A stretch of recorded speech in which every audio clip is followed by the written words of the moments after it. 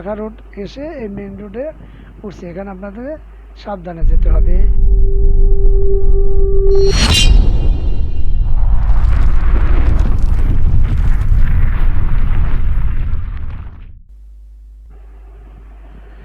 Hello viewers, welcome to BRT solution. আমি আপনাদেরকে আজকে দেখাবো রোড সাইন সম্পর্কে কিছু ধারণা আমি দেওয়ার চেষ্টা করব। একটু জুম করে নেই আমি। এখানে দেখেন বামে টার্ন নেওয়া যাবে, সামনে গিয়ে বামে টার্ন। এখানে বামে টার্ন নিষেধ।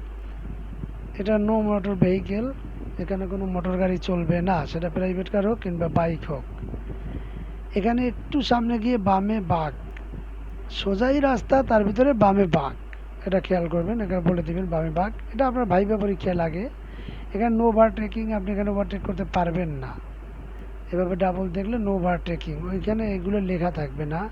এখানে টু ওয়ে ট্রাফিক, মানে দুই দিকেই রাস্তা চলাচল। এখানে রোড ওয়ার্ক, রোডের কাজ চলতেছে। টার্ন রাইট হেড, এখানে সামনে গিয়ে ডানে টার্ন নিতে পারবেন। একটা জিনিস খেয়াল করবেন, সেটা হচ্ছে যে সিগন্যালগুলো গ্রিনের ভিতরে সাদা বৃত্ত, এগুলি আপনি ব্যবহার করতে পারবেন। আর যেগুলি লাল বৃত্তের ভিতরে আপনার এই যে দাগগুলো আছে, চিহ্নগুলো আছে, এগুলি আপনি করতে পারবেন না। যেমন নো রাইট টার্ন, ডানে টার্ন নিষেধ। এখানে ক্রস, সামনে ক্রস আছে, এটা খেয়াল করতে হবে। সামনে রাস্তায় ক্রস, অতএব আপনাকে সাবধানে যেতে হবে। এটা হচ্ছে আপনার স্পিড ব্রেকার, আমরা যেটা স্পিড ব্রেকার বলি। এই যে স্পিড ব্রেকার, এই চিহ্নটা দেখলে বলবেন স্পিড ব্রেকার। এটা হচ্ছে এটা গোল চত্বর, আমরা যেটা গোল চত্বর বলি। সবাই এই গোল চত্বর দিয়ে এদিক ওদিক যেতে পারবে।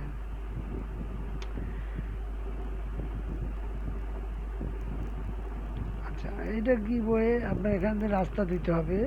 হ্যাঁ, গিভওয়েটা রাস্তা দিতে হবে। সাধারণত এগুলো, এই চিহ্নগুলো কঠিন একটু, এ কারণে এরা জিজ্ঞেস করেও না। এখানে ম্যাক্সিমাম 30 স্পিড, এই যে থার্ড স্পিড, এখানে আপনি 30 কিলোর উপরে চালাতে পারবেন না। এটা ম্যাক্সিমাম 30, যত জোরে চালান না কেন 30-এর উপরে যাওয়া যাবে না। নো সাইকেলিং, এখানে আপনি সাইকেল চলাচল নিষেধ। পার্কিং লট, এখানে আপনি পার্কিং করতে পারবেন। এটা দেখেন ওয়ান ওয়ে ট্রাফিক, এখানে একদিকে চলাচল, আপনি শুধু সামনে যেতেই পারবেন, এদিক দিয়ে কেউ আসতে পারবে না। এটা একটা ফ্রেম রক্স, এগুলো আপনাকে জিজ্ঞেস করবে না। বইর অ্যানিমালস, আমরা তো সাধারণত আমাদের বাংলাদেশের রাস্তায় পশু নাই বললেই চলে।